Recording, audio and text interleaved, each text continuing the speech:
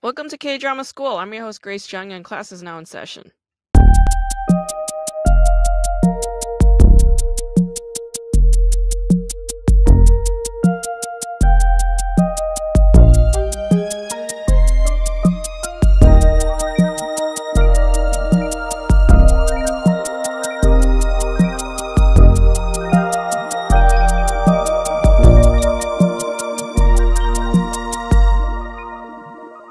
I want to make a few show date announcements. October 6th, 7 p.m., I will be at the Yard Theater co-hosting the Cold as Fuck show with Kristen Lundberg.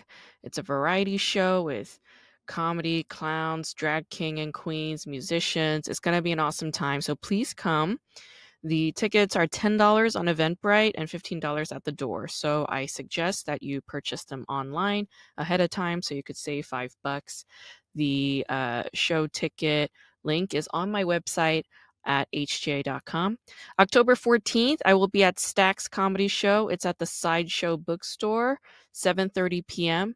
October 20th, I'll be at Grand Central Market in downtown Los Angeles for the Comedy Roof Show at 8 p.m.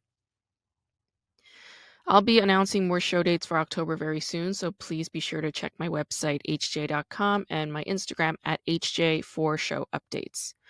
Today, I want to talk about the show Squid Game, which is an action-adventure thriller drama premised on survival gamification. It's written and directed by Hwang Dong-hyuk.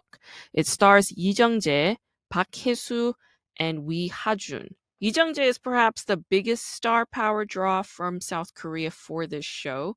Both Lee Jung-jae and Park Hae-soo have some global Netflix exposure because they're in Netflix streaming TV shows like Prison Playbook and Chief of Staff. Lee Jung-jae initially started his career as a model, and he made his breakthrough appearance on TV through shows like Sandglass, which I mentioned several times on this podcast because it's a mid-90s K-drama classic. Lee Jung-jae's good looks got him on a bunch of movies and TV shows despite his lisp. He used to have a lisp, but it's mostly gone now. But through the 90s, he was very well renowned as a movie star. He was in Lee Jae-young's film called An Affair, which he co-starred in with Lee Mi-suk, and he played a younger man in love with an older woman, an older married woman or older engaged woman. Anyway, he was involved with an older lady who had another significant other. Lee Jae-young is actually a very great queer filmmaker that you guys might be into. He made some excellent movies like The Actresses and The Bakas Lady. Bakas Lady stars Yoon Ye-jung, the Oscar-winning Yoon Ye-jung, and it's a really great film. Lee Jung-jae is also known for 일말에, which he co-starred in with Chun Ji-hyun, aka Gianna Chun. You know Chun Ji-hyun because she's in the Netflix Korean zombie period piece Kingdom. So obviously there are 2 seasons of the Kingdom, and then you have the third movie, I guess, that's like I don't know how to explain it. It's like a connection, a connected movie to the 2 seasons of Kingdom. In any case, she's in that. Chun Ji-hyun is she's his co-star in 일말에. And 일말에 was adapted into a Hollywood flick produced by Warner Brothers, and it became retitled as The Lake House, which features Sandra Bullock and Keanu Reeves, which I mean, it's most likely not a very good movie. I don't think most global audiences would recognize Lee Jung-jae's long history in show business, nor would they recognize his mega Hallyu status, but I am emphasizing his stardom here and now because in Korea, he is a huge deal. Lee Jung-jae plays a radically different role in Squid Game. He's essentially a loser, which is very ironic given the fact that he's the one who ultimately wins the entire series of games. Lee Jung-jae's characters in the past were typically well known for their sex appeal and wealth and glamour, stoic masculinity, hardness. But in Squid Game, all of that gets unraveled. And I honestly wouldn't be surprised if Squid Game gets a few Emmy and Golden Globe nods for Netflix next year. It reached #1 in US Netflix streaming numbers this past week, and rightfully so, because it's a really, really good show.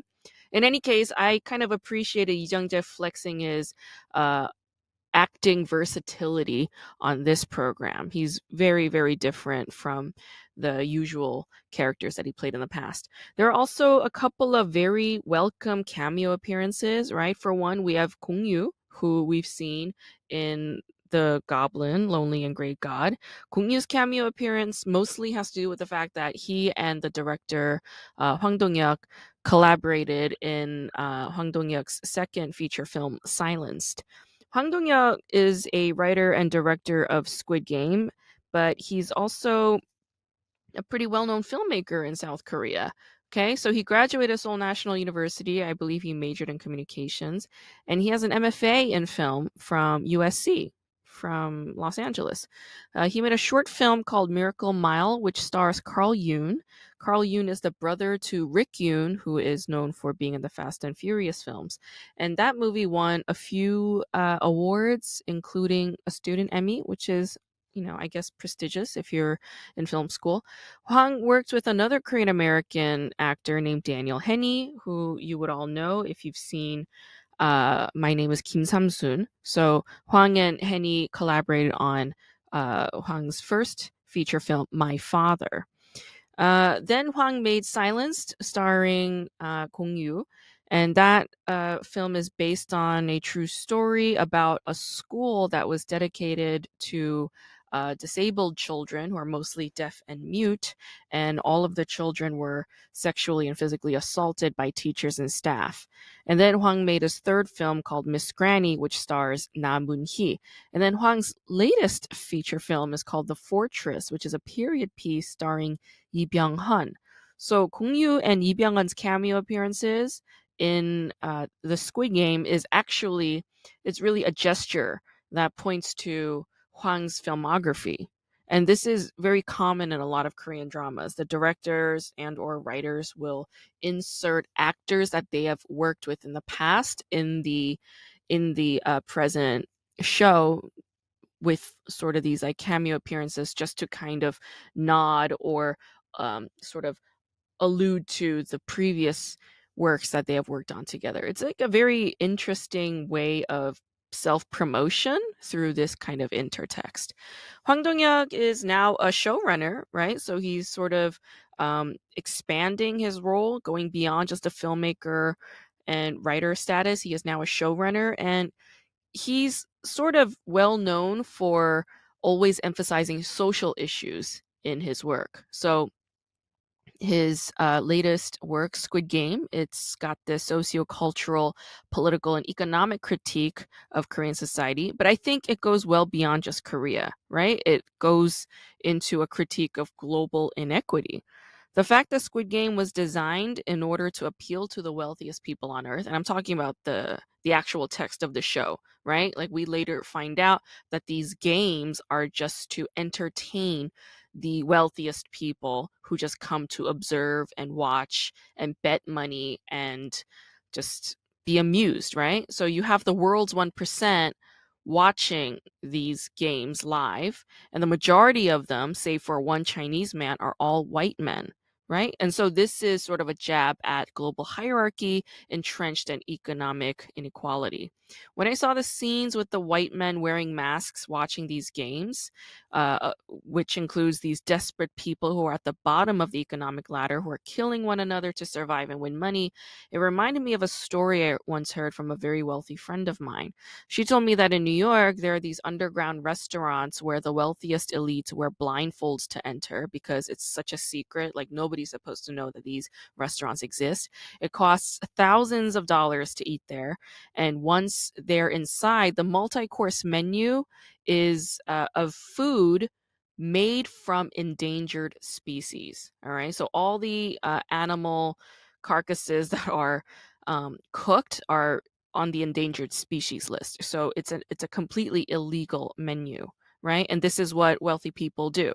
They'll go and pay thousands, if not tens of thousands of dollars to eat foods that technically should not be food, right? And we kind of catch a glimpse of this kind of culture on that HBO show Succession, when Tom and Greg eat at a restaurant that serves a songbird as part of its multi-course menu, and that songbird is an endangered species. So they're supposed to eat this songbird whole with a napkin over their faces, right? So this is the kind of thing that wealthy people do, right? As Squid Game mentions, people with money, they grow very bored once they have money. And all they're interested in, all they are striving for is to feel something again, right? And so the message here is money numbs you to everything. That's why so many celebrities complain once they make it to the top that money doesn't solve everything. Of course, for people who don't have money, this kind of complaint is an absolute insult, right? What this means, I suppose, is that human beings, they have no sense of satisfaction ever, right? Any sort of satisfaction will always be at bay. What I loved about Squid Game is that it's sort of the perfect uh, medley of a critique and a frank exploration of a concept called neoliberalism. I'm pretty sure that I talked about neoliberalism several times on this podcast, but let me refresh you on what it means because it's very important. And I think very few people actually know what it means, even though it's a very commonly used term in our discourse. So neoliberalism stems from the expression laissez-faire, which is a French term that Americans adopted in the late 19th century during the Industrial Revolution. And this is a period when America was intensely urbanizing. There was a densification of cities, factories, pollution, child labor, exploitation of female labor, etc. And laissez-faire literally just means hands-off economy, right? This much I believe we know because it's commonly talked about in our history and sociology classes. So laissez-faire just means hands-off economy, meaning that the government will not meddle in private sector businesses, okay? So this is just sort of this government and business model or agreement that the government will be hands-off when it comes to private businesses. While this is very complicated today with antitrust laws and anti-monopoly laws that were enforced in the very, very late 19th century, back then, the rich could exploit and own anything that they wished to, okay? So laissez-faire came to be because rich people didn't want the government telling them how to make money and what to do with that money, and not to govern whatever it is that they do, that sort of anything it takes mentality, right? Like they were just like, you have no business telling us what to do. So this concept today in the 21st century is referred to as neoliberalism because economics are not separate from cultural, social, and political realities, right? We all know this. For instance, a lot of people today, they wear Fitbits, right? We have Fitbits and we have our health data monitored by our phones, right? Like my phone monitors how many steps I take per day. Well, what these tech companies do is they take your health data and they sell it to insurance companies who will decide whether or not to insure you and for how much based on what kind of liability you would be by tracking you in terms of how much exercise you participate in per day. All right. So this is neoliberalism at play. Businesses that cheat, they are not held accountable, but you, the patient and the consumer who needs health care, who needs health insurance, you will be held accountable and blamed for not getting your 10,000 steps in daily. All right. So if you were to have heart disease, if you were to have diabetes, if you were to suddenly develop cancer, then these health insurance companies would have a reason to blame you for it and charge you a very high premium or whatever the fuck, okay? So here's another example. Think about shows like The Biggest Loser, okay? So you have this reality show called The Biggest Loser where you have very, morbidly obese people who show up, and then you have health coaches and nutritionists who are yelling at them and telling them that the reason why they're fat is their fault, right? So think about this term morbid obesity, right? Even this phrase morbid obesity blames the person who is obese for killing themselves, right? It doesn't question the systemic and structural issues that might be causing obesity in our American society. People with weight issues and food issues usually are suffering from some kind of mental and or emotional disorder caused by social structures, whether it be family or their local society. Sometimes it's a physical illness that leads them to lead them to obesity. Look at cafeteria foods that you see at public schools, okay? When I was growing up, I attended only public schools, and the foods that were served were very high in starch, high in fat, and high in sugar, okay? And these are foods that are highly addictive as well. So if you look at poor people's diets, they're generally high in starch, high in fat, and high in sugar, okay? Because those are the most affordable foods. Is a stalk of celery that costs $2 as filling as a loaf of bread with peanut butter and jelly on it?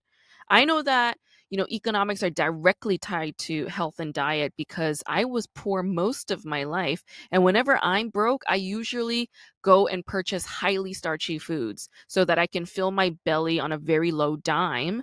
Right. But when a person gets diabetes or grows obese, doctors and health insurance companies will blame the victim. Right. They will not question the systems like schools or laws that don't enforce a livable minimum wage so that people can afford to eat whole foods that have nutritional value and will not cause obesity, right? These kinds of systems are not questioned. So, when I started working full time in 2012, I immediately gained 30 pounds. Okay. A big reason for that is because I was eating only pasta every single night because that's all I could afford. The company I was working at full time, they barely paid me $1,300 a month when I started working. And with that, I had to pay rent, my student loans, bills, transportation, and that left me with like maybe $100 per month for groceries, right? And I was eating a shit ton of pasta every single night and for lunch, and I got fat as hell. But nobody around me, right, like my parents and my sibling, my friends, my colleagues, society just in general, nobody blamed my unlivable wages. They didn't question my company's salary. They criticized my food choices. Okay, so this is neoliberalism at play. Neoliberalism is visible when the victim is blamed for the circumstances they are in, and the systems that they are tied to are never ever questioned. You can also see neoliberalism at play in how Hollywood and K-pop industries work, okay? So you have these young folk who are desperately clamoring for celebrity money and fame, and they do whatever it takes, right? Again, this phrase comes in, whatever it takes to get to the top. They will starve themselves. They will mutilate themselves through plastic surgery. They will sleep with executives. They will betray friends and colleagues. Again, whatever it takes. They essentially abandon themselves and their values in order to get to the top. And once they do make it, what do? They grow depressed. And then the industry ends up blaming them for becoming drug addicts or suicidal, right? They never question the system of the industry. The industry says, well, you walked in here on your own accord. How dare you question our system? That kind of gaslighting is neoliberalism at play. So, neoliberalism basically has the illusion of freedom, right? Through this term, laissez-faire, free economics, freedom to purchase, okay? Freedom to walk into workplaces and do what you must in order to make money, freedom to consume. You can be a consumer of anything, but the consequences of these choices, these so-called choices by the consumer will only be placed on the consumer and not the people who created the systems. All right. So only the consumer is blamed, not the creators. Okay. So Squid Game is a perfect metaphor for how neoliberalism works in capitalist economies. And this goes beyond South Korea. It's applicable in any country where capitalism is at play, any country where debt and credit are at play. And that is most of our developed nations. As you've all seen, if you've watched the show, the people leave the Squid Game island at one point, right? Because they realize if they're on this island and they play these games and they're essentially risking their lives. But what did they all do? A lot of them come back immediately and return to play the games and win that money because life and soul was unbearable to them, right? They were all chasing some kind of dream. In Ki-hoon's case, he had a gambling addiction and he tried his own hand at his own private business, took out loans, but they all tanked. Okay. The reason why he pursued his own private business is because the car company that he was working for fired him, laid him off, and his best friend died during the labor strike. So when Ki-hoon is signing the dotted line to take out loans from banks and loan sharks, Ki-hoon's trauma, his instability, perhaps the fact that taking out loans to try a hand at a private business is itself a gamble, right? These are not written out in the contracts. all of this is neoliberalism at play, okay? Again, it's blaming the individual, saying, well, you made this choice. You said you're going to do this. You decided to do this, right? So it's a game. It's a game of capitalism. All of us participate in a Squid Game when we live in a capitalist society, right? So, Squid Game. Another thing I liked about this show is that it makes very clear that intelligence and elite education doesn't necessarily equate to economic success, right? So you have Cho Sang-woo, whose character is a testament to that. Yeah, he has this job at an investment firm and he graduated Seoul National University, which is the top university in South Korea. But Sang-woo comes from a poor economic stratum. His desperation and greed for money got the best of him, and Sang-woo swindled his investors out of a bunch of money. So he essentially stole, right? But swindling investors is something that mega rich people do every single day. That's why they're rich, okay? But the people who get imprisoned for those kinds of swindling, they are not the mega rich. They're usually poor people or people who just got a taste of money. So new money people, okay? People who don't have any powerful family members, okay? They are the ones who end up getting arrested and going to jail. So pretty much everyone playing in Squid Games, they come from a poor economic background. Nobody has intergenerational wealth, okay? Of course, we later learn that the old man who was participating in the games, he's the one who was the designer, the mastermind behind all these games, right? What I liked about Squid Game is not only because it's a critique of capitalist hegemonic patriarchy, but that it emphasizes where it stems from, and it stems from global white supremacy. I don't think it was as blatant, but it was still visible in what kinds of people that we see who are showing up wearing those colorful crystal masks and watching these games for their entertainment. One thing I did not like about the Squid Game is the sexist expectation of women that the text starts to emphasize. Like when Ki-hoon asks the old man why he's not at home eating, like a warm meal that his daughter-in-law makes. That's a sexist expectation of women, to be daughters-in-law at homes, taking care of their elders. And when the old man claps back and asks if Ki-hoon's parents are being fed by his wife, Ki-hoon doesn't say anything, right? And this show doesn't go into this at all, but the clashes in South Korean economics and middle class expectations versus traditionalist gender roles, these create huge problems in South Korean society. And Squid Game ignored this completely. Instead, female characters that you see on this program are victims of sexual abuse, okay, or a North Korean defector, or a slutty woman with borderline personality disorder, right? A lot of male Korean filmmakers tend to exhibit this problem time and time again. They are not good at developing convincing female characters, and they should correct this by hiring more women as consultants and or co-writers, or at the very least as a part of their crew. So other than that, I think Squid Game is a really excellent show, and there are already talks of a season 2. I'm pretty sure that Hwang Dong-hyuk initially had Squid Game written up as an idea for a film because he's a filmmaker, but he adapted it into a TV show for Netflix because of all the hundreds of millions of dollars that Netflix gave to South Korea to create more content. So we'll see if season 2 even happens, but from the way season 1 ended and all the high praise that the show has from critics right now, I feel like season 2 is in the works already. Will it be good? Who fucking knows? I don't know. Usually Korean shows that have these seasons, they tend to be terrible, okay? But that might change. I don't know. Maybe this will be the one that changes it. I don't really have high hopes for it, but maybe. Who knows?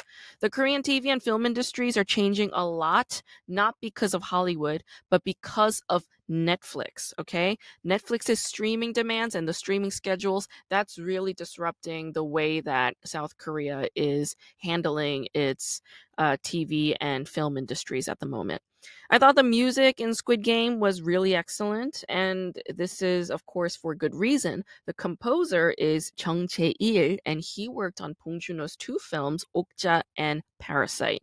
And the music definitely elevates Squid Game to a filmic elegance that I really appreciated. So that's my take on Squid Game. I today talked to a very funny comedian. She's Vietnamese German, based in Hamburg. Her name is Mimi, and she is not only hilarious, but she's so intelligent. She is incredibly insightful. I learned so much while talking to her, and I laughed a great deal. So let's talk to my buddy Mimi. Yeah. It reminds me of an auntie. Well, we're not related, but you know how it is in Yeah, our culture. of You course. just call Yeah, they're older all people. relatives. Yeah. Yeah. Um.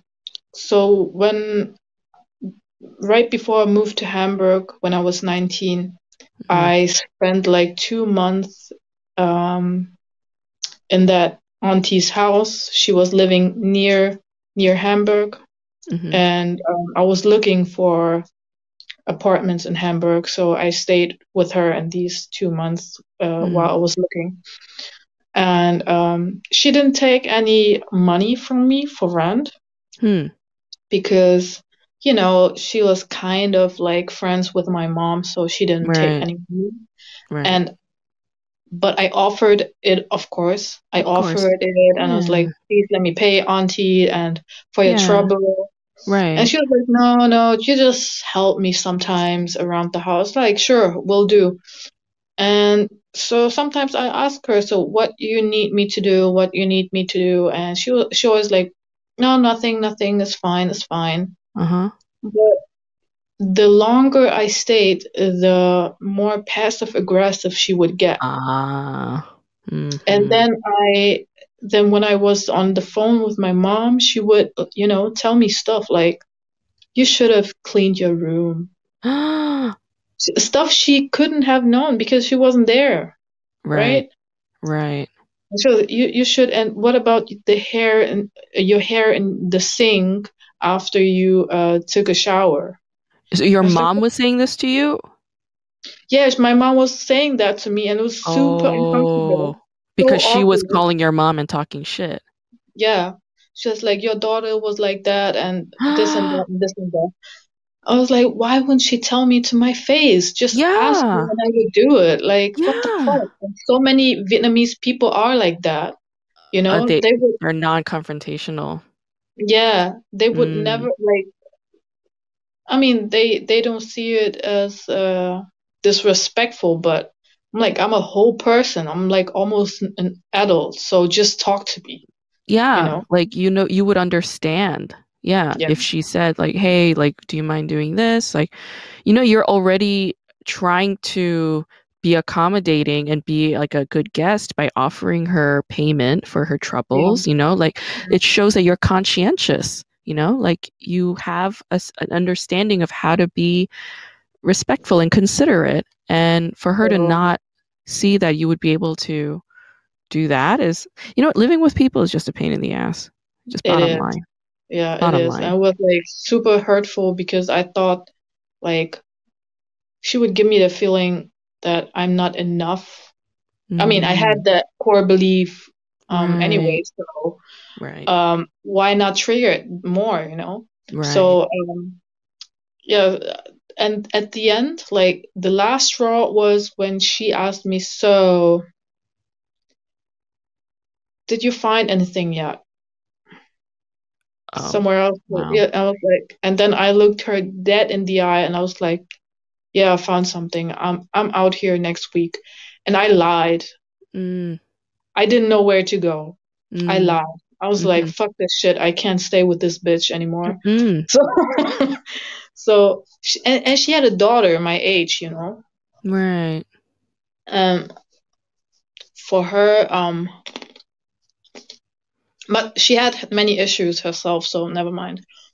Mm. Um, so the next thing, I moved to another Vietnamese grandma in Hamburg. Yeah. I couldn't afford anything in Hamburg, so she took 120 Mm, per month, like mm, 120 euros, like this, wow. like almost nothing, right? Wow. And she would take a daily back scratch from me. Oh my That was God. my that was my payment. Oh Like my God. she would come at me with a spoon and the Chinese oil, right? And then like the first day I didn't know what to do. I was like, what the fuck is that? And then in Vietnamese you say cạo gió, which means like scratch the wind, kind of. I was like, what the fuck does that mean? And at that time, like I had two other flatmates or dudes living with us In that from grandma space? yes, two other Vietnamese dudes. Oh my It gosh, was she's a collector. yeah, and then the other dudes they were like you Oh know illegally in Germany my god. and they were working in restaurants Yeah, yeah, and Asia shops like yeah. you know um and the thing was the restaurants belonged to her daughter, Oh my god. grandma's daughter. Oh my god. It's a monopoly. Uh-huh. And grandma's daughter Uh-huh. was a filthy bitch. Like Oh. she exploited her employees so much, Oh, and of course. Yeah. Yeah. even the guys living with grandma, Yeah. they earned money and even had to pay grandma rent, right? And grandma would give the rent to her daughter. Oh my god. This And kind of bitch. did they have to like spoon her with a spoon and oil? First, they did it because she's like 80 years old. She doesn't give a fuck anymore who does it or Okay. man or girl or Yeah. Yeah. woman. She doesn't care Sure. or pigeon. She doesn't care. So she then a girl arrives, me, right? And she Right. was She's more like, "Oh, comfortable. perfect. Mm-hmm. Oh, Mm-hmm. perfect. A Perfect. housemaid. You're A right. housemaid now." And so they showed me how to scratch her back. So what you do is you take the China oil, you put some drops, China oil. you Uh-huh. put some drops on her back, and then you Fuck. take the spoon and then Oh. you kind of scratch it into the skin, Okay. the It's like a oil. massage. Yeah. And Oh, and the first time I did it, I was like, like just push it right. like Push it back and around. forth, push Yeah. it around. And she says, Yeah. "What the fuck are you doing? Just go in there. Go in there. Oh, this is Scratch, so scratch. horrifying. It's like, I'm sorry. I feel bad. Do I have to call the police or something? Like, do I? Child support." This is so horrible. and It's so horrible. I was scratching. I was scratching. She was harder. I was like, I do Ah! my best. It's like the hardest I can. It's like your skin will come off. And she was like, yes, it's supposed to. Oh my god, that's so fucked up. I can't. Oh my god. Oh god. It's kind of for blood flow or some kind of shit, to Yeah, get her. whatever. It feels good Yeah. for her. That's why. Ultimately, it's for her feelings. Like, people don't understand, but like asking for body massages is kind of like a form of That abuse. bitch had no feelings no more. Her soul left. Her soul left the body years ago. Okay.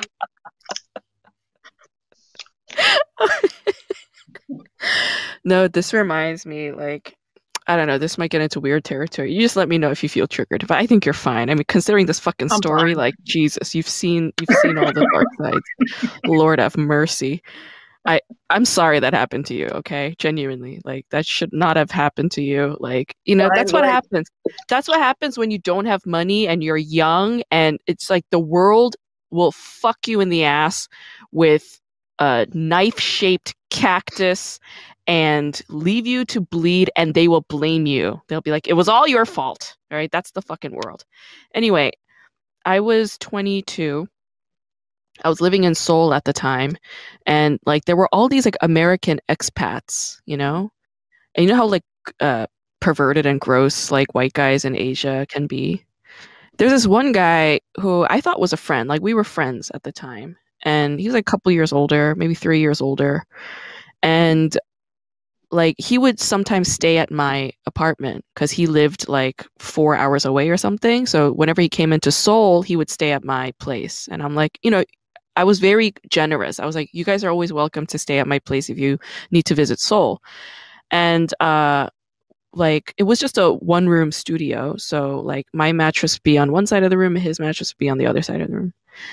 And I'm watching TV, right? Like all the lights are off and like I have insomnia, so I have to watch TV.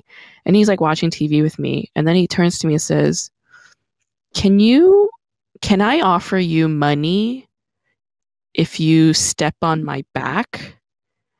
And I was like, and it's like dark, right? It's nighttime, like it's bedtime. It's like, shh, be quiet. Like, let's just watch TV and then we go to sleepy time, right? And he breaks all of that and says, I just didn't like how he worded it. Can I pay you $10?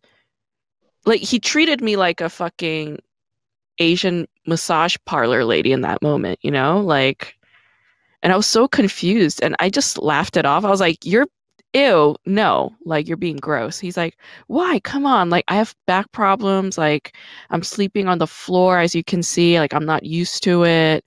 Can you please step on my back? I'll give you $10. And I'm like, again, I'm like 22 years old, I'm like so overcompensating all the time. You know what I mean? Like when you said like one of your core beliefs is that you are not enough. It's like a lot of us have that, of course. Like many young women have that. I definitely had it. I always felt like I needed to do more.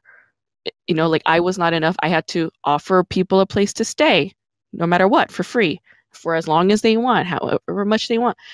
And so I'm like, oh my God, like if I don't step on his back, like I'm being a bad friend and he's gonna hate me, is what I thought.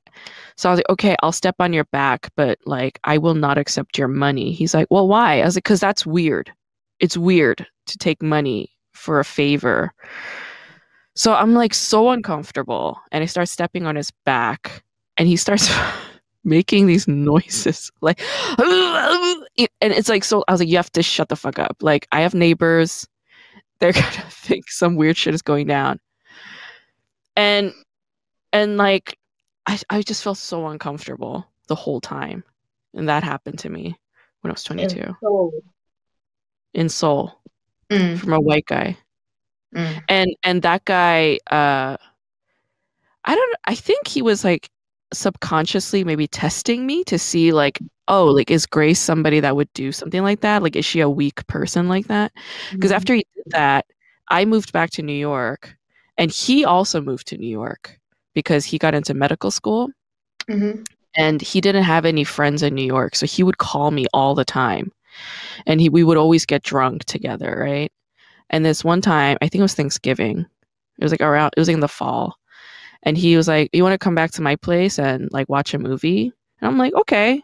Like I'm so like I'm so innocent. Like I don't know what anything is. And this was before the phrase Netflix and chill even existed. All right. mm-hmm. I go to his place, he puts on a movie, and I'm like sitting on the edge of his bed, and he's like, take your shoes off. I was like, oh, okay. Like, and I take my shoes off, and we're just watching a movie, and then he makes a move on me. And I was like, no, like, I don't want to do that with you. He's like, why not? I was like, because I know you don't like me like that. And he was like, no, I do. I do. I do. I was like, no, no, no, no, no. Like, we're friends. Like, this isn't cool. This isn't cool. Yeah. But he insisted, right? And like I said, overcompensating for everything, right? Oh, if I Mm-hmm. don't do this, I'm being a bad friend and he's gonna hate me, right? The core Mm-hmm. belief. I'm Yeah. not enough, that core belief. Yeah. And I wind up sleeping with this guy who had no respect for me, who Mm-hmm.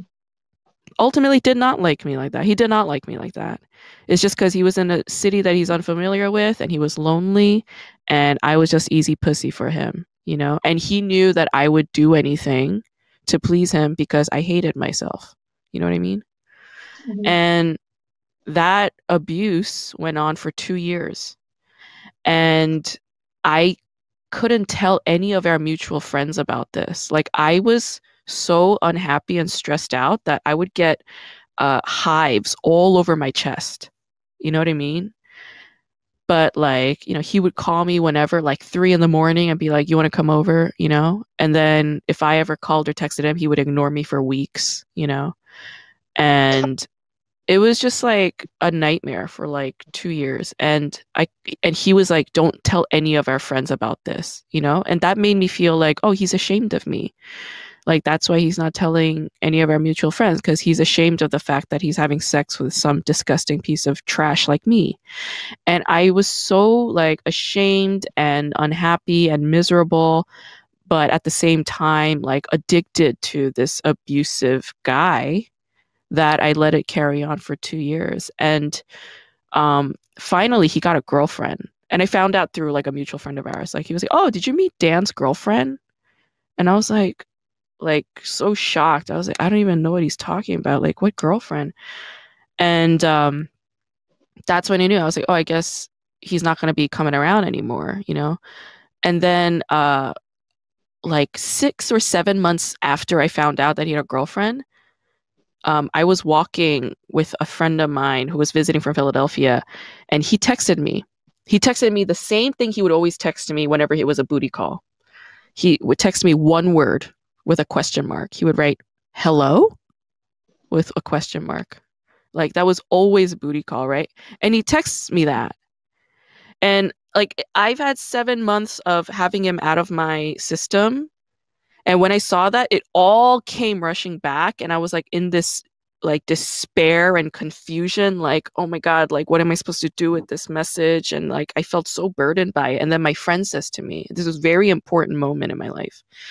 She says to me, "Grace, if this person is your friend, he would say, 'Hi, Grace, how are you doing? I would like to meet you for lunch or something. Like, would you like to hang out?'" Like he would say his intention in clear sentences, because that's how people speak to each other when they respect each other. Right? My friend like had this moment with me, and that's when I deleted his number and blocked him on everything, and I never spoke to this person again. And I really, genuinely, I owe a piece of my life to that friend who took the time to straighten me out like that. She did it without any judgment. She did it with love and clarity, clear communication, and like she really saved me in that moment.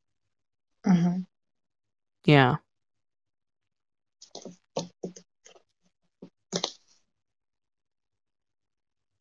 Amazing. Yeah.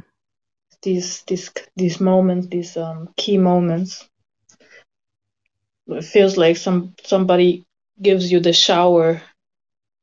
Mm. You don't feel dirty anymore. You kind of feel clear. Yeah. Feels like a shower. Oh, finally. That's a good analogy, a shower. You're good with analogies. You're I very love good with analogies. you're Yeah. good with metaphors. Yeah. Yeah. Thanks. Yeah, maybe that's what a baptism is. Like they dunk you in cold water to like straighten you out. It's like, you know, it's like wake up. Like that's why they dunk you in cold water. It's a baptism to leave your old self behind. Wake up to who you actually are, who you always were, which is that you have inherent value, that you're inherently lovable, that you are Hmm. inherently perfect and enough, and that you never, ever, ever have to bring anything extra to the table to get anybody's attention or love or respect. Takes Right? a takes ages sometimes to realize Takes a that. lifetime. Takes a lifetime, you know? Um, but you have a lot of wisdom, I feel like, you know? I still do stupid shit sometimes, but I make sure that every time I do stupid shit, I have new way to respond to it. So Mm, um, mm, I I saw this dude I saw last year, mm, a couple weeks ago, and had a really good time. And we talked about what didn't work last year, what Mm-hmm. went wrong. When you guys were seeing each other? Yeah, like Okay. we had a one night stand, I would Oh, say, because okay. after that we didn't see each other again. We actually we wanted to see each other again after that one night last year, Yeah. but we never made it because he made me wait Hmm. for to our date. You know, I waited for him, That's and he annoying. didn't.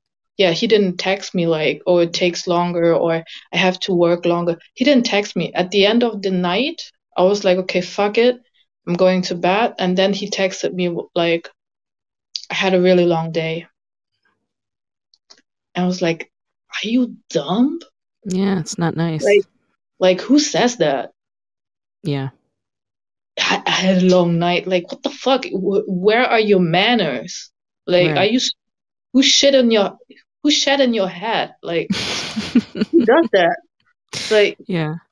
no home training, no nothing. Like, dude. And Right. then okay, for a year nothing. And then he texted me again. He was like, I had to think about you. We had such great conversations. I can't forget them. Blah blah blah.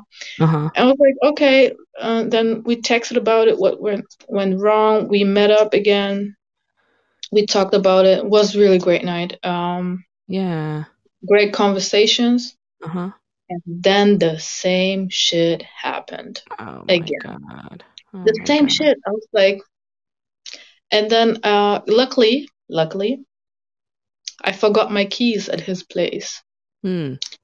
I went back to get my keys, and this time I just didn't give a shit anymore. Mm-hmm. You know, Yeah. usually I'm very patient. I'm Right. listening. I Yes. explain stuff. I'm very understanding because everyone is a human. Right. I can't hear that bullshit anymore. Everyone is a human being, like duh. And then, and then I was like, yeah, thanks for the keys. And by the way, you're a piece of shit. And then he was laughing. He was like, what? What are you talking about? I was like, yeah, you're a piece of shit. What? Your mama didn't teach you any manners? Do you think your work is more important than the 20 seconds you could have texted me that you won't make it? The fuck, man? No home Yeah. training. And oh yes, you don't have expectations. Me neither, bitch, but at least like we have standards, right? And you have Right. no respect. You have no respect, honey. You have no respect, okay? Basic manners. Communication, just basic Right? communication. Basics. Bomba clock basics. Oh God. And then he was like laughing, but I could see like Mm.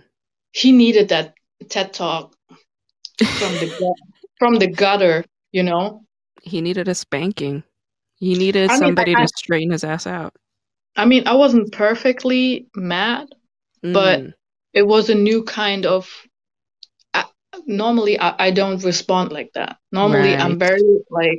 I'm very polite. Right. I'm Be like, I understanding, understand. I get it. Yeah. but still, it really hurt my feelings. This time, no, you piece of shit. You piece of shit. And he was like laughing because I'm a comedian, Yeah. right? I'm a Yeah. comic. It is funny. It is funny. Yeah. So she must be being funny right She now. must be joking. Hmm. Yeah, she must be joking. She's funny, you know. No, I was like, yeah, you piece of shit. But that's the Still, that's the brilliance of the joke is like it's funny, but it's funny because it's kind of true, right? it's not kinda, it is. It's just, it, get the fuck out of here with your Americans with kinda. No, it is. The truth is funny, yes. And And that's why he and was then laughing because he knew that's true. He knows he's and a piece of then shit. And then I was like, good luck, Mm. because he's about to move to Berlin. I was like, you fit perfectly. You Yeah. fit perfectly to Yeah. that city because Yeah. the way you behave, It's good Berlin luck style. to find love in Yeah. Berlin. Yeah. Yeah. Like Berlin needs more of you. People who do that. But okay, so People, yeah, you're no. saying you're gonna see this person again and try this again? No, no, it's like done. It's like Oh, I see. Okay. I don't need a third lesson. Right, right, It's fine. right. I like that. I don't need a third lesson. You're right. People say third time's a charm. It's like, no, you could stop at one. You could stop at two. Yeah. You could stop at three, but it's better if you stop at one or two. Yeah. It's like the first time I was so confused. I was so how is it possible that this human being, he is so like he's so self-aware. I That's what I thought, you know. Oh. He's like he's so spiritual. The way he talks, like he knows, you know, he sees things, you know. He see But still you can be so self-aware but still be a piece of shit. It's Mm-hmm. possible. Mm. That So profound. it's called diversity.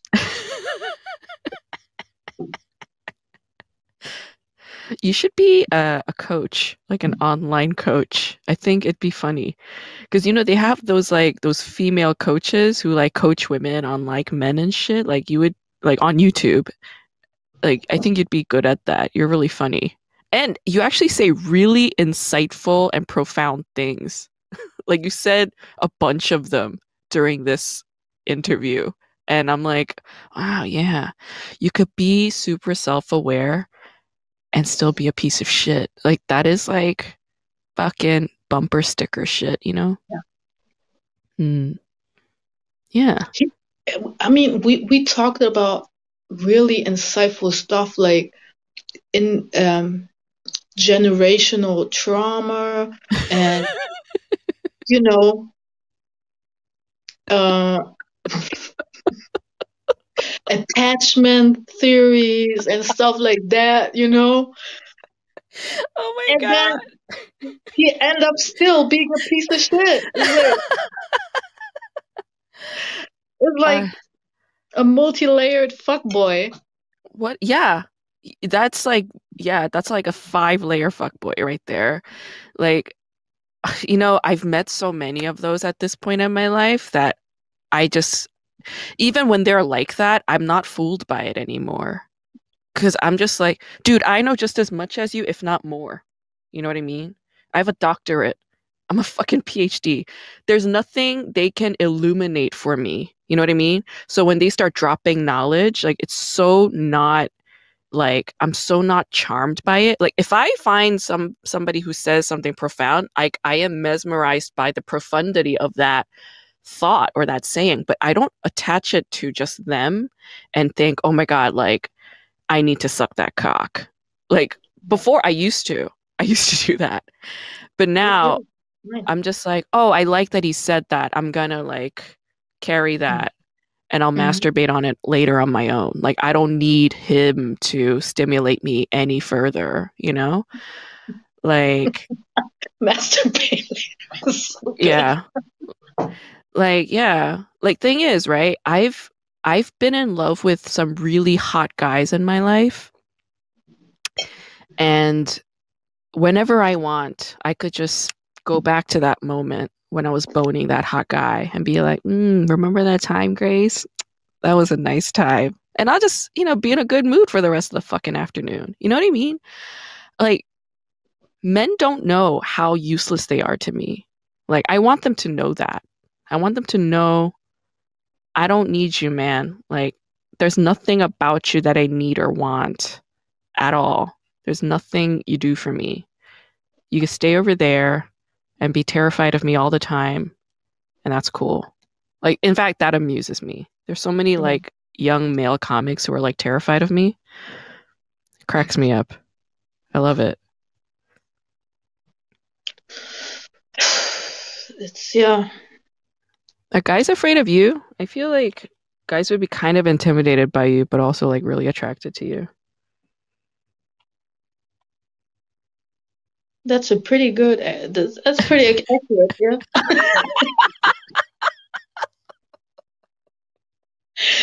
I know. I don't get. I was talking to another female comic the other day, and she was like, "I get so many creepy DMs," and I was like, "Really?"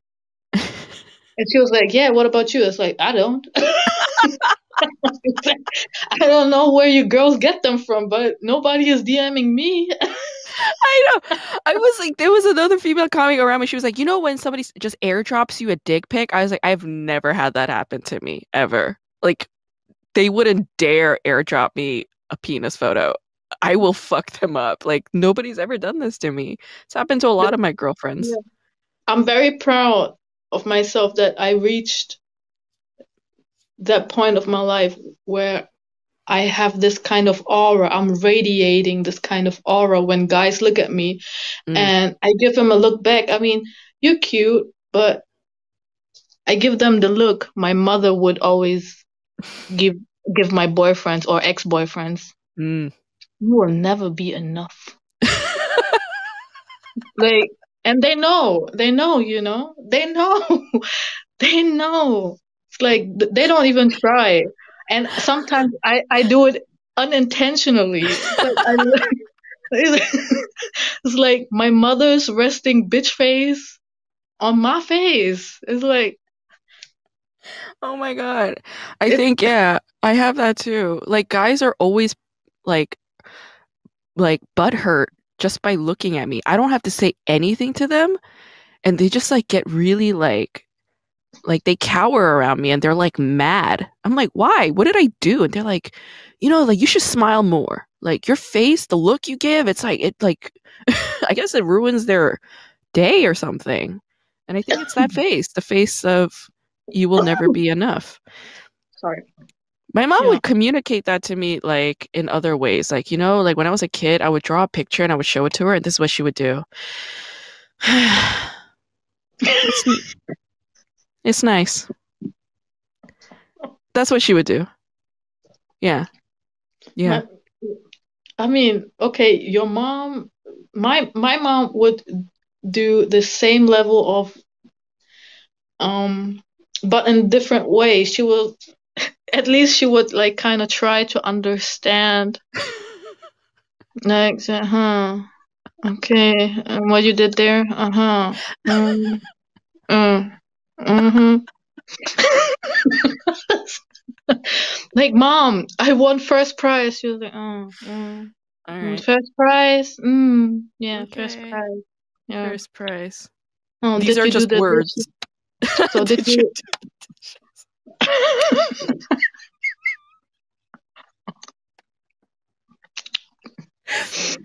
And every day would like end or escalate in a fight, Oh my right? God. Yeah. And at the end of the day, she would pick pick the pride I had before and just crush it in another moment when she would get it. Like, why the fuck I would tell you do the laundry as well? It's not done yet. Fuck your first prize. Fuck your first, first prize. Not me first prize. Who needs that? Who needs your fucking first prize? Huh? I need the fucking laundry to be done, huh? You can't do no fucking laundry. Fucking first prize. Nobody fucking need that. Exactly. Like those are just words. That's all they are. First prize is they're just words. They mean nothing to her. It means the same as do your fucking laundry. Like, did you do the laundry? Yes or no? And even if you did do the imagine if you said, yes, I did do the laundry. She'd be like, okay, yeah. Like, it still wouldn't satisfy her. It would just be like, okay, like that's the minimum default, right? It's the minimum baseline. And I don't have a reason to get mad at her right now. That's all it is. It's never going to be, oh, I'm happy that you achieved this. It's always going to be, I have no reasons to be yelling at her right now. Yeah. Like that is the absolute peak. I have Man. my mother complex is Mm-hmm. so bad Mm. that the other day I realized I'm lucky to be a girl. I turned Mm, out to be a girl yes. because imagine my mom had me as a son. Mm, Imagine I was her Vietnamese son. The thing is, the dynamic between mm, mother and daughter is different than mother and son. yeah. She would love and hate me the other in another way. Like Yeah, totally. she would have this emotional incest with me, 100%. and no girlfriend would ever be enough to her. Yeah, of course. And she would guilt trip me all the time. I mean, Yeah. she's guilt tripping me anyways, but Yeah. for girls, it's a different way of guilt trip than for boys when they Right. are with the mom, you know? Right. The Asian moms and their guilt trips for boys, ugh. It's Oh, disgusting. ugh. Like when I watch, like, okay, so I have a younger brother. You have a Hmm. brother too, don't you? No, You're an only child? no, I have sisters. Are you oh, older sisters, younger sisters? I'm the oldest. Ah, that's why. Okay. So you had it I caught rough. I caught the most bullshit. You caught the most of it. Yeah, the oldest child always does. It's like never going to be the younger one. So my mom has a son, my younger brother, and my mom favored my younger brother. Like she's not conscious of it, but it's very blatant and obvious to everybody. It's obvious to my dad, it's obvious to me, it's obvious to my relatives, it's obvious to my friends. Like everybody fucking knows. Um, and like my brother got married to a woman that's 10 years older than him. And when they were dating, like my mom was just so enraged, like hated her, like raging out, which is like understandable. Like a woman 10 years his senior, like when he was 20 when he started dating her. Like he's 20, she's 30, like that is kind of gross. But I got to know this woman and she was like a decent person. Like she was actually kind of great. And my mom just like hated her, right? And when they were about to get married, like I had to do a lot of like talking to my mom and be like, look, they've been dating and living together for 6 years. And if John doesn't marry her, it's okay. If John doesn't marry her, then he would be an asshole. Like, do you want an asshole for a son? Like, he's doing the right thing by marrying her. And my mom's like still upset. Anyway, long story short, they get married, right? And my mom comes around to, apologizing to her and being like, I'm sorry. And, welcome to the family. Like, my mom came around to it, good job, right? Yeah. But then my mom and my dad, they leave their church, their Korean American church that they've been going to since like 1995. Like, like 20, they've been going to that church for 20 something years. And one day they Mhm. just leave. And I asked my brother, I was like, why did mom and dad leave that fucking church? Like you and I left because we had reasons, but why did they leave? And my brother's like, they left that Korean American church because our mom was embarrassed to tell everybody that I married Tam. I was like, is that the real reason? He's like, yeah. And he was saying this like it was totally fine. And I'm looking at him like, how are you okay with this? Like, how is everybody okay with this? But my brother felt so guilty and ashamed of the fact that he was going to go against my mother's wishes by marrying this woman. Like, when he was about to marry her, you know what he did? He didn't even tell our mom and dad. He called me. First of all, my brother, that piece of shit, he gets engaged on my birthday. Who fucking does that? It was my 30th birthday. My brother gets engaged. I'm like, that's gross. He calls me the next day on my actual fucking birthday. The day of my birth, he calls me and he's like, uh, Tam and I are engaged. We're gonna get married in Hawaii. We'd like you to be at the wedding. I was like, okay. And he's like, I didn't tell mom and dad. I was like, well, you're gonna have to tell them, right? Because they're gonna be at our wedding. He's like, I'm not gonna tell them I'm getting married. I'm just gonna invite them to Hawaii and we'll just have the wedding. I'm like, so you're just gonna surprise them by having a wedding in Hawaii? with Tam's family there, and you're just gonna fucking be like, surprise, I'm marrying the woman that you fucking hate. Like that's what you're gonna do to our parents. We have no other family in this fucking country. This is what you're gonna do? Are you fucking crazy? Like that's Girl, how please, fucking stupid men are. You know what I'm saying? girl, please, too much stress for me right now. And my brother's like, I don't know what to do. Like, mom still hates her. I was like, if you're so ashamed of marrying this woman, right? Then you shouldn't even marry her. You shouldn't. Why are you marrying this woman out of shame? If you love this person and you're proud of this person and you're marrying, which is to declare to the world, I'm marrying this person, you're my witness, and you're going to hide it from your parents, you're harboring shame. I'm like, that's a bad start. You need to tell them and you need to get them to approve or just be there. Just get them to know that this is what you're going to do and be bold about it. Drive up home this weekend to mom and dad's house, bring her with you and tell them you're marrying her and that you want them at the wedding in Hawaii. And he was like, I'm scared to do that. I was like, if you're so fucking scared, then you could call me and have me on speakerphone and I'll be on speakerphone.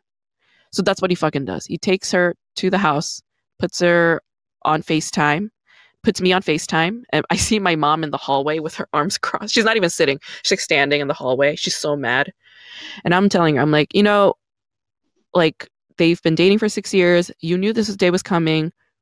Get around to it. Get over your feelings. It's happening. It's happening.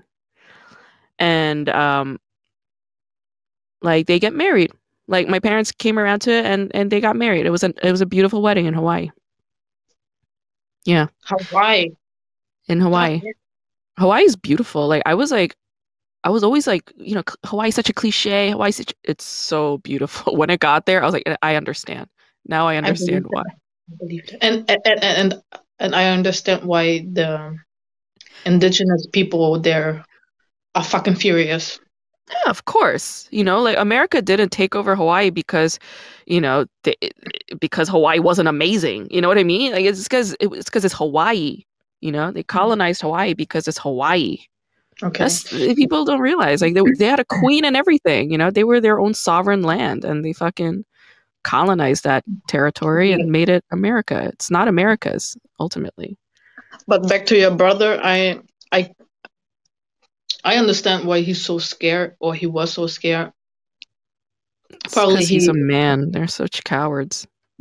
No, it's not just that. I mean, come on.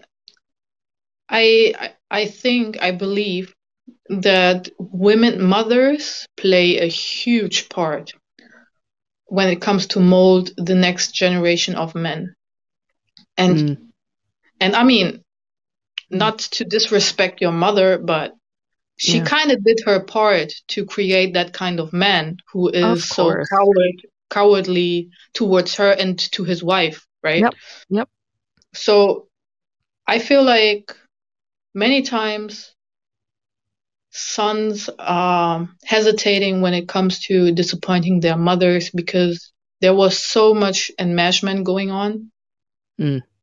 When probably maybe your brother is more enmeshed with your mother than you. I mean, you said it yourself. Yeah. Everyone knew that he's her favorite child. So there are some benefits to be the favorite child, but also, you know, a lot of fucked up shit. Fucked up shit like enmeshed. Yeah. And expectations and, right. Mommy loves you. Never disappoint me. I love you the most. Don't you dare break my heart. I'm gonna die.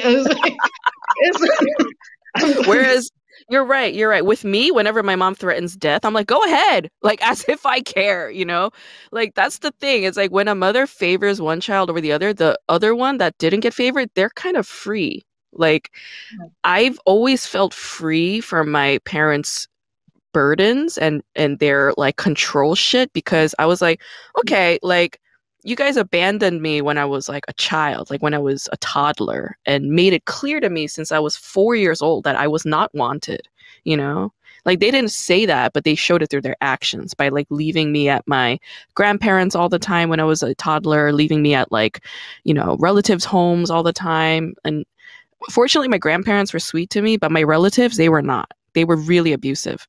And a lot of fucked up shit happened to me when I was a toddler, that things that shouldn't have happened to me because my parents abandoned me, right? And I because I have that experience, like I sort of kicked my parents' authority out of my head a long time ago. And that is a free mentality that I have that my brother just doesn't have. And so like me being like bold and risky and like speaking my mind and speaking my truth, that's something my brother just doesn't have at all because he still accommodates them mentally. He accommodates their authority mentally. I watched a clip yesterday on YouTube. Uh, it's a show from or on TLC, Mm, and it's called I Love a Mama's Boy or something like that. Oh my okay. God, it triggered me so much. The show triggered me to the core. I was like, I can't watch this. I get so much PTSD. Oh my God, too Like much. This describe one of these mama's boys. like there was this Korean girl, and she was in a relationship with this Afghanian boy or Right. guy.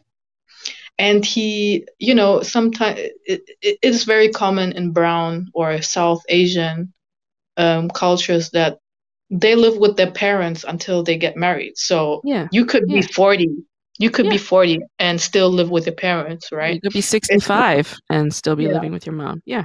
I mean, for Western standards, it's a But pretty fucked up thing yeah. to do, But there let's to be fair in Western culture, there are still people who do that. It's Yeah, more yeah, for economic reasons yeah, oftentimes. Yeah. yeah. And Yeah. but to their defense, like Western culture is not the standard of the world, Yes. so Yes. Yes. never mind.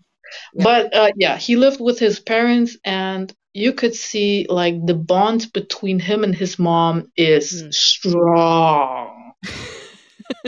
Like she loves. There was this interview with her, and she was like, I love to feed Shakib or Shakib or what's his name, I don't know. I love to feed him. It's a special feeling. It's the most beautiful thing in the world. He's my Oh. baby. And and he was like, yeah, I love my mom. Mom's number one. And then the next clip was like it was Valentine's Day, Uh-huh. and he and his girlfriend, they were arguing about whether or not his mom should come with them on a double date on Valentine's Day.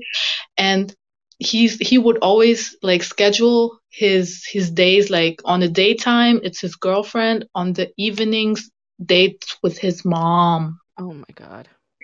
right? And on Valentine's Day, then his mom comes to the room, and she was like, has this attitude like, what the hell is she doing here? Like she didn't say what the hell, but she kind of like, Yeah. She wasn't what's going happy. on? Yeah. Yeah, she wasn't happy, like Totally. immediate attitude. And then he was like, so mom, hey, come here. And we were thinking about going to dinner for Valentine's Day. And of course, I want to invite you because you're number one. And she was like, right, Oh I'm number God. one. And I will always be number one. And then I was like, the fuck? I was like, girl. And then they were like, yeah, we're in a relationship for 3 years. For 3 years, bitch, run. Are you fucking serious? For 3 years? Why? Yeah, there's something wrong with her too. Yeah, you're right. So, and 3 years with this mama's boy. And then No. and then she was like, "No, it's Valentine's Day. It's a day for lovers, not for mothers." And then the mom was like, "Yeah, and so what? We always celebrate Valentine's Day. It's the day to show love, and Shakib loves his mom." It's, Ay, I was like, it's you know, not that kind of love, man. And, Like, and that was like my heart, I felt it was so heavy. I was like, oh my God, I feel so much trauma right now. It's like this. And I was thinking about studying psychology to yeah. become a therapist. Fuck that shit. I can't. I No. I think you would make an excellent therapist, though. I I think do. so too. But the thing is, Yeah, yeah. like as soon as a mama's boy like him and his mother would sit in front of me, I was like, fuck this bullshit. Like, are That's you such stupid? a What? that's such a good point. No, I'm learning so much from you right now. Like, um, first of all, like, you sort of helped me come to this understanding about like, oh, the benefit of being the unfavored child is that that child is more free. And the other big realization is like, yeah, I I used to have, childhood friends, right? Do you still have a lot of childhood friends in your life? Yeah. I don't have that many. I have maybe two, like literally, it's down to two or three. Like two, maybe three friends that I still talk to very rarely, and one of them I kind of talk to a little bit more nowadays because we're working on something. But there was this one girl that I knew from like elementary school, and everything about her pissed me off. Like she would do something that she thinks is right, and I would just be like, "What the fuck are you doing?" It's like watching a person take a hot iron and pressing it against their face, and I'm like, "Stop pressing that hot iron against your face. You're gonna burn your fucking face off," you know.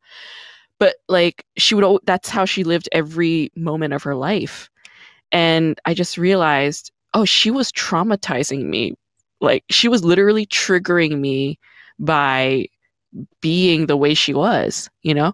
Like there's nothing wrong with a person being a fucking mama's boy. Technically. Technically there's nothing wrong. Like that person can be a mama's boy. He doesn't necessarily bring harm and injury to my life at all. It doesn't affect me at all. I'm the one that's choosing to watch this mama's boy TV show.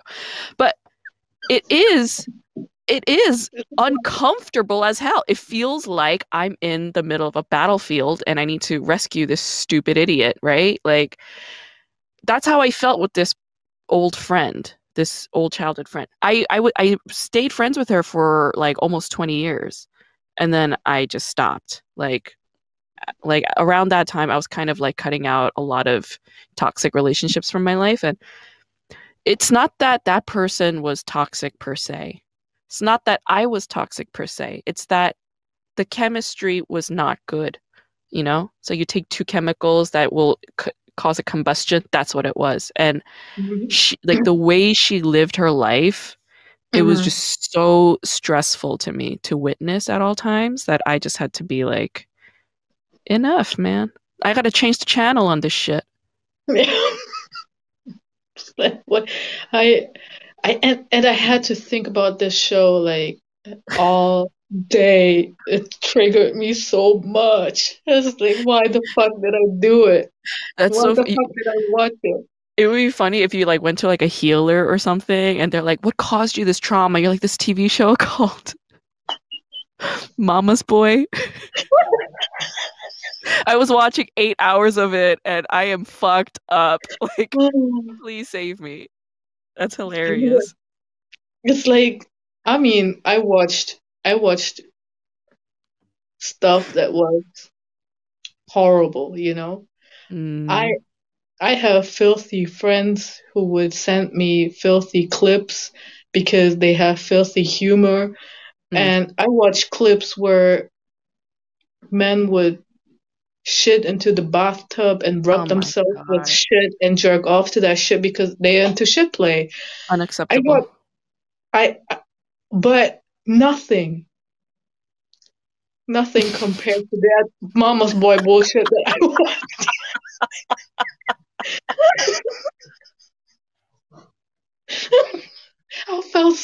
I felt so violated and raped.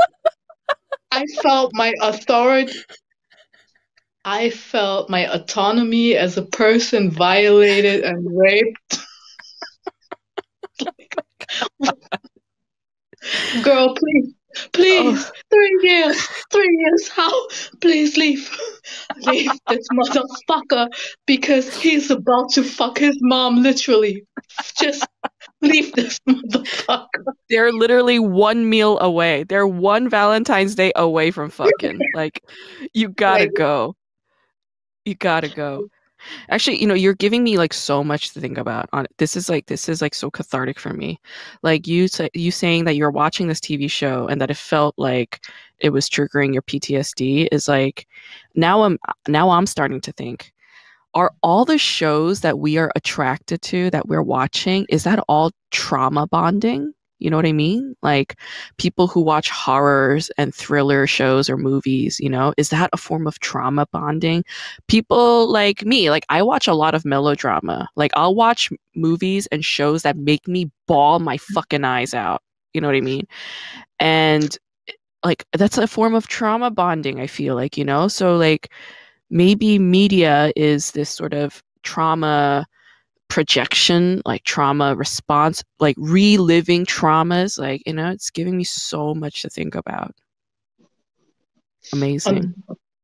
that's a really good point because now I'm thinking about, okay, I used to watch Grey's Anatomy. I don't do that anymore. So it means I'm healed and in a way. I'm not sure. I don't watch that bullshit anymore, but hey, no disrespect to Grace, and it was it's still going. It's still so Yeah, still going they strong. they still going strong. Let me ask you some are you okay on time? Yeah. Let me ask you some flashcard questions based on this Okay. Korean drama. It's a action adventure thriller drama. So it's called Squid Game. It's immensely popular. It's on Netflix. It's actually a very good show. I recommend it. I think you might dig it. Okay, so I'm going to ask you some questions based on the premise of the show, and you just answer whatever you would do if you were that person, right? Okay. Okay. So let's say you're a man in his 40s named Ki-hoon. You have a 10-year-old daughter who lives with and you live with your mother. You're divorced.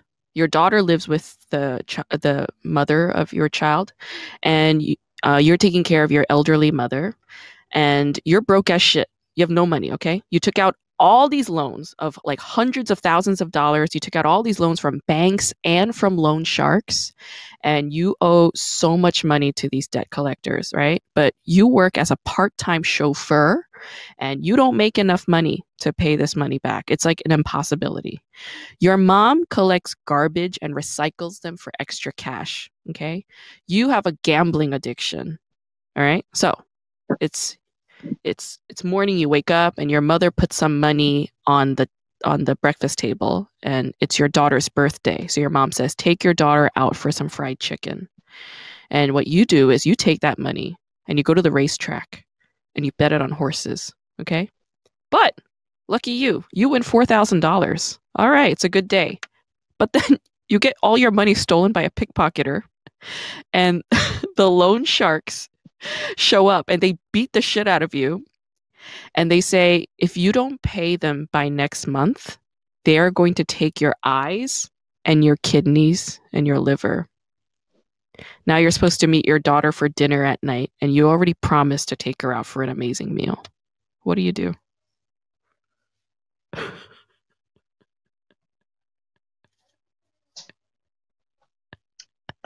This is not a show I would watch because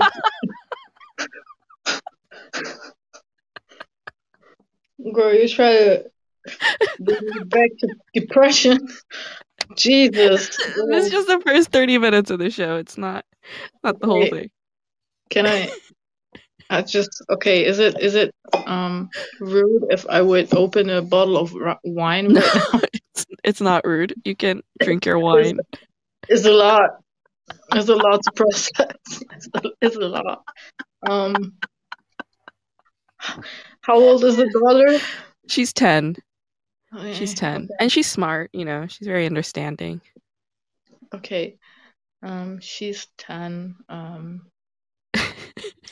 Okay, so I have no cash left. You have like maybe $10 left. Yeah, you're very low on cash. All right.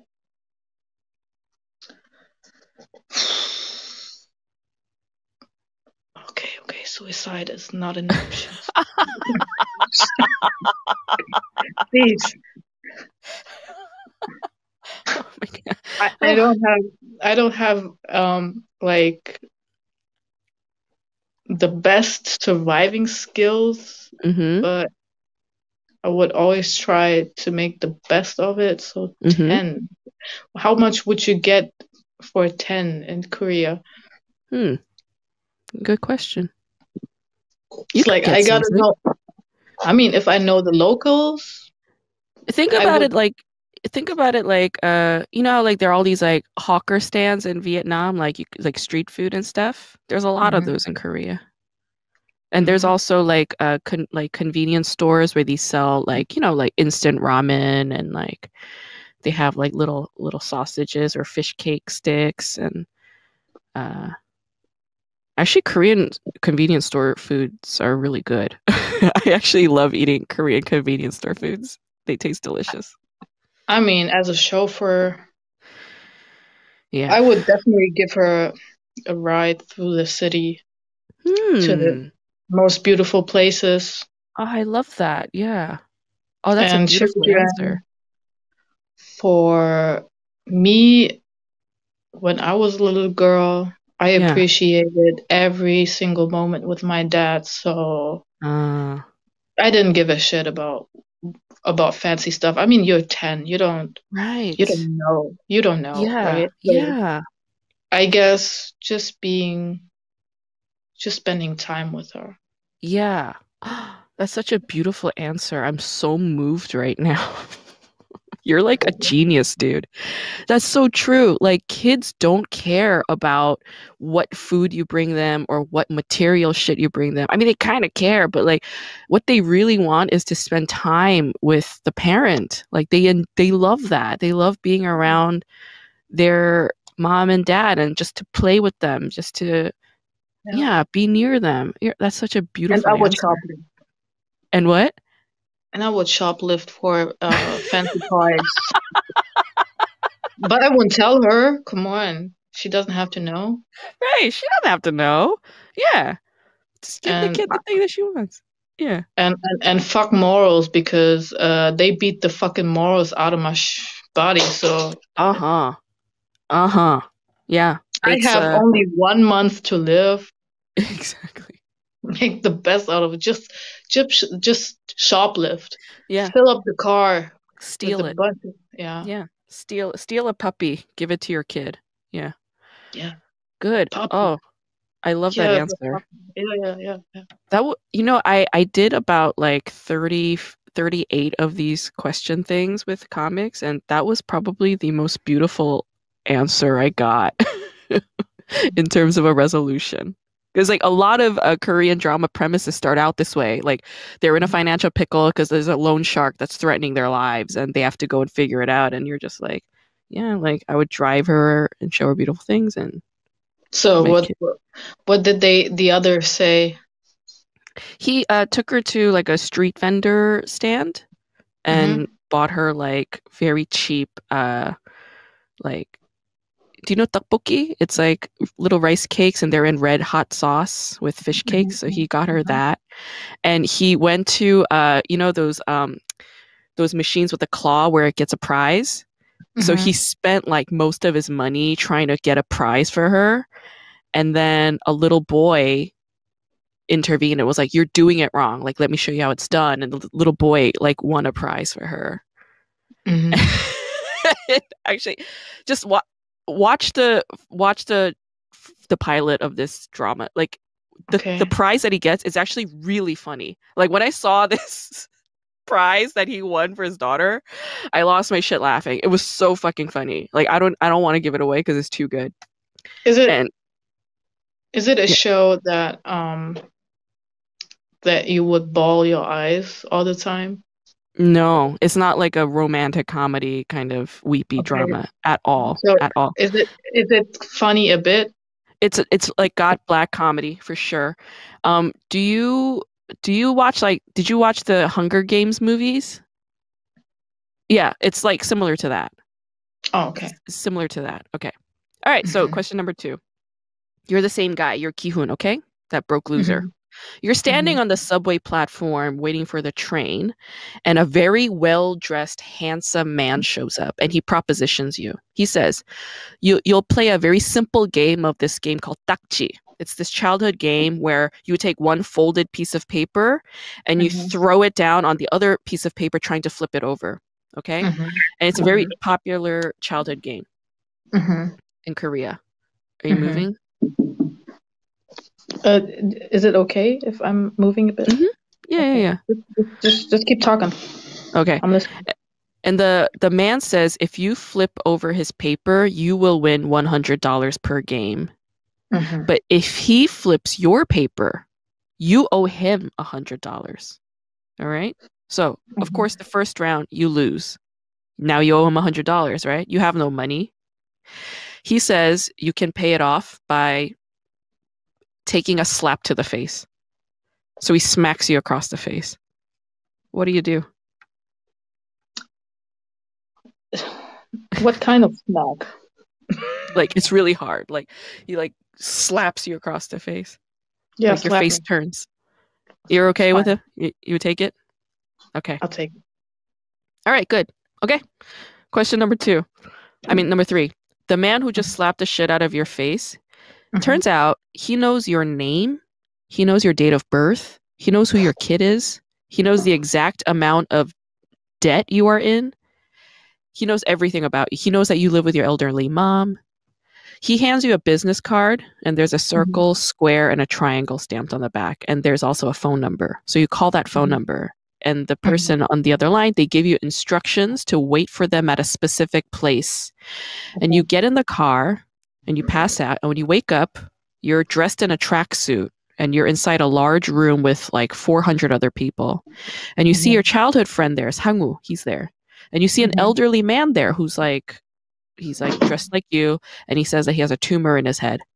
And there are all these other people dressed in red uniforms and they're wearing a mask. Okay. And they Oh. lead you and all the hundreds of other people to the playground.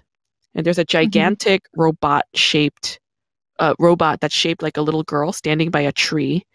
And the game that they're playing is called 무궁화 꽃이 피었습니다. And in English, it's called red light, green light. So the robot girl turns around facing the tree and she says the phrase 무궁화 꽃이 피었습니다. And when she turns around, like you're supposed to freeze, right? But while she has her head turned, you can walk towards her and you have to tag her. So that's the game.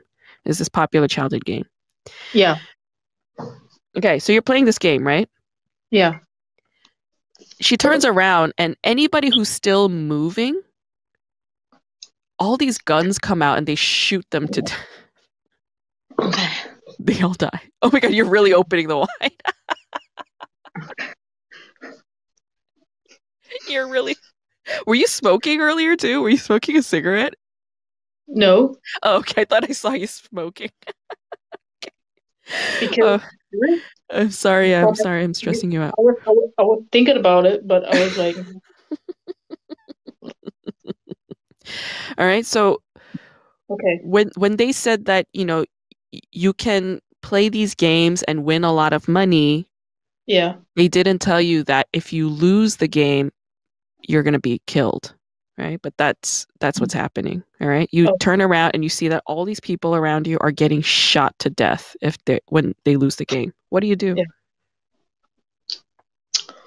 Um, I think my pants would be full of shit in that moment.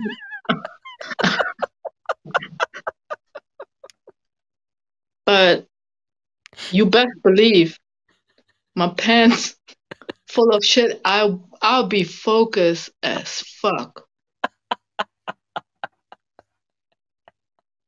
I'll be focused as fuck. It's about life and death. You best Mm, believe I'm gonna win this bill. I'm gonna win this shit yeah. because I'm not gonna die. Yeah. Mm, Yeah. okay. So So you will that's do your best to win the game. Good. Okay. I yeah, like your determination. with the full shitted pants. Yeah. All right. You go back to your room with all the Mhm. hundreds of people. Now it's down to half. Okay, you started out with 400 something people. Now you're down to 200 something people because 200 Mhm. something people just got shot to death by playing that fucking game. All right. There's this gigantic piggy bank that's hovering over the room, and it's full of money. There's millions of dollars inside that piggy bank. And whoever wins all 5 of the games that they play at Mhm. that location, they win all of that money. The winner gets all of it. Each time a person loses, the debt that they are in turns into money and goes into that bank. Okay? There are 4 more games left, and you know that people will continue to die as you play these games. Okay? Yeah. But Yeah. but you have a choice. If everybody in that room says we do not want to play this game, if the majority says we do not want to play these games, we want to leave, then you can leave. All right? Like everybody will be forced to leave the island. But if the majority of the room chooses to stay and continue to play these games and win all that money, then You die. that then then you continue to play the games. So if this was you, what would you do? Would you continue to play the games? Now keep in mind, there are loan sharks. They're coming after your kidneys and your eyes, and you have hundreds of thousands of dollars in debt. You don't have a proper job. You could either stay and die, or you could go out there and face this. What would you do? Um, is are male sugar babies a thing in Korea? Actually, they are. Yes. So why are we doing this? I was sold my dick like a long time ago. I don't understand. Like, I Yeah. mean, is he not ugly? He's actually a kind of a decent looking guy, but he's So in his 40s. pro- He has a problem daughter. solved. Okay. I So mean, I would suck all on these grandma nibbles. I mean, yeah. I ain't got nothing to lose. Yeah. Okay. Yeah. Be a prostitute instead. It's not option 1 or 2. It's option 3. Be a prostitute. Got it. But Good. yeah, I would probably. Is my decision like if I would say I don't want to play this game anymore, would they shoot me? No. If the majority of the room says we don't want to play these games, everybody gets sent home. But if the majority of the room says we want to stay, then everybody stays and plays the games. That's how it Okay, goes. let me guess. Everyone said let's stay and play the game.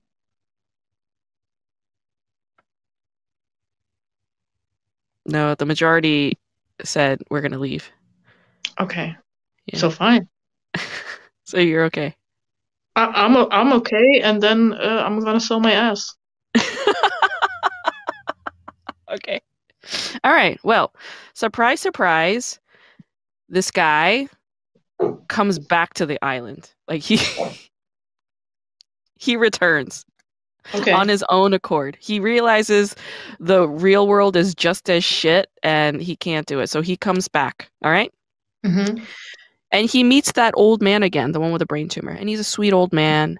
You guys like start to get along, okay? This old man has dementia though. And because he also has a brain tumor, so his memory's no good. Yeah. And you guys develop a pretty decent bond over the next few days. You like each Mm-hmm. other a lot, okay? Mm-hmm. The next game is a game of marbles. And the instructions are given over the loudspeaker. They say, you need to take all the marbles from the person that you are partnered with. If you take all of their marbles and win in the next 30 minutes, then you win the game and the other person dies. What do you do? What do you do? I cry and win the game. I cry. I bawl my eyes out so much. I'm sorry, but I'm gonna win the game. And while I'm winning the game, I tell him what a wonderful person he is. And I will definitely remember him and take care of his family. Hmm, that's nice. But but he has cancer. He's gonna die anyways. That's true. That's true. So I have a 10-year-old daughter. I can't. I can't. Okay, fair enough. All right, so you and this old man, you guys are playing the games with the marbles, okay? Yeah. This is how the game goes. You have to guess whether the person who's holding marbles in his hand is odd number or even number, okay? And while you guys Hmm. are playing this game, the old man, he's kicking your ass, all right? He's guessing everything correctly. You're losing. You're down to one marble, all right? Hmm. And the guy in the red uniform, the guard, he's holding a gun to your head because he sees that you're about to lose now. And the old man is holding his hand out and he says, guess. And you guess odd. And then he shows you the marbles. He has two marbles. And then the old man says, wait a minute, what did you say earlier? Did you say odd or even? He can't remember what your answer was. What do you say to him? Well, I say whatever to win. Hmm. So you would lie to him. Yes. Hmm. Like I told you, I'm gonna win this shit. I'm gonna ball my eyes, but I'm gonna win this. Okay, good. You keep fooling this old man. This is what the character does. He keeps fooling the old man. In the end, you end up with all of the marbles, okay? But he has one marble left. And he says in the last game that you should bet all of your marbles and he'll bet all of his marbles. There's only 2 minutes left on the clock now, right? And he says, winner takes all in the last game. And then you're pissed now. You're like, how is that fair? I have 19 marbles, you have one marble. How the fuck is that fair? And then the old man says to you, was it fair when you fooled me into giving away all of my marbles? So the old man knew that you were tricking him the whole time. What do you do?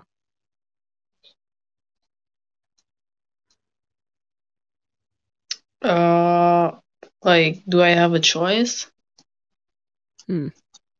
Like, do we have to play it his way? No, you don't. You don't. Yeah, like play this game again. And bottom line, I need to win. So, so if he's better than me in this game, but keeps forgetting all the time, Mm, doesn't matter, does it? mm. Yeah, that's true. All right. So, final question. Remember, there were 400 some odd people when this game started out, right? Hmm. Get through all 5 of the games. You win. 400 and some odd people died. You're the only surviving person. Your childhood best friend died just before you were the last person standing. You win over $38 million. They're $38 million, it's all yours. Yeah. And when you win this money and you get home, you find your diabetic mother dead on the floor. You've been gone for like 5 days. What do you do? She, she she was dead for 5 days. You were gone for 5 days and she died some like while you were gone. Yeah. What am I doing? Well, there's nothing to do anymore. She's dead. I'm going to have a crisis, pay for the funeral, uh, continue have a crisis, a depression, overload, and but I think my survival instincts just to provide for my child would be stronger than my Mm. depression. I would still feel like a piece of shit, but Mm-hmm. I have to survive to, still provide for her. So keep living, pay off my debts, Mm. uh, go to therapy. um, if that if that would help, I don't know. Okay. Mm. Yeah, pay off my debts, Mm. and watch my child grow up. I don't know at this point if you still can enjoy watching your child growing up. I guess you're fucked up for life. Mm. after that experience. That's true. Yeah. But you know, um, yeah, just buy my child a house. Um, buy myself a house on a lonely island. I don't know, and Mm. or go to the monks and just try retreat. I don't know, and deposit the money on my child's bank account, and I guess I just go away for good. The money would have no meaning to you, it seems. No, it's just like pay my debts so everybody leave my ass alone, and then take care of my child so she can do whatever she wants, go Mhm. study abroad, Mhm. I don't know, Mhm. Yeah. travel, and she could find me anytime if she wants to. Yeah. Okay. I like that. Again, Yeah. more wise answers. Like I guess like suicide would be a no, like I said, suicide is not an option. I came this far, but Yeah. Yeah. like I mean my mom was sick anyways and Mhm. old. Yeah. Yeah, I'm a piece of shit. I deserve to go to retreat center or to the mountains and meditate with all the monks. Go to Tibet. I don't know. Mm. Give my money to charity and live as a humble monk. I don't know. Hmm. Okay. I would do that. Yeah. That wraps up our flashcard questions. Thank you. Yeah. And if that doesn't help, if my child is happy, I'm gonna kill myself then. If she's happy, she doesn't need me anymore, I'm gonna kill myself because fuck this bullshit. Wow. Uh, it sounds like these flashcard questions took a lot out of you. Uh, it sounds like it took all the hope out of you, took the life out of you. I mean, literally. I mean, I watched my friends die. I tricked a cancer patient. I actually killed him. I killed this man. And then I was a piece of shit all my life, letting my mom searching through trash just to get me some cash. And Hmm. I gambled all the time because I Hmm. couldn't help it. Okay. Right. There's a lot of reasons to kill yourself. Mm. There's a lot of reasons. Hmm. Yeah. I don't know if I would be strong enough to, to forgive myself Mm. for all that. Right. The only life source that would really keep me alive or keep me away from suicide would be my daughter. Hmm. Right. Thanks, Okay. Maddie.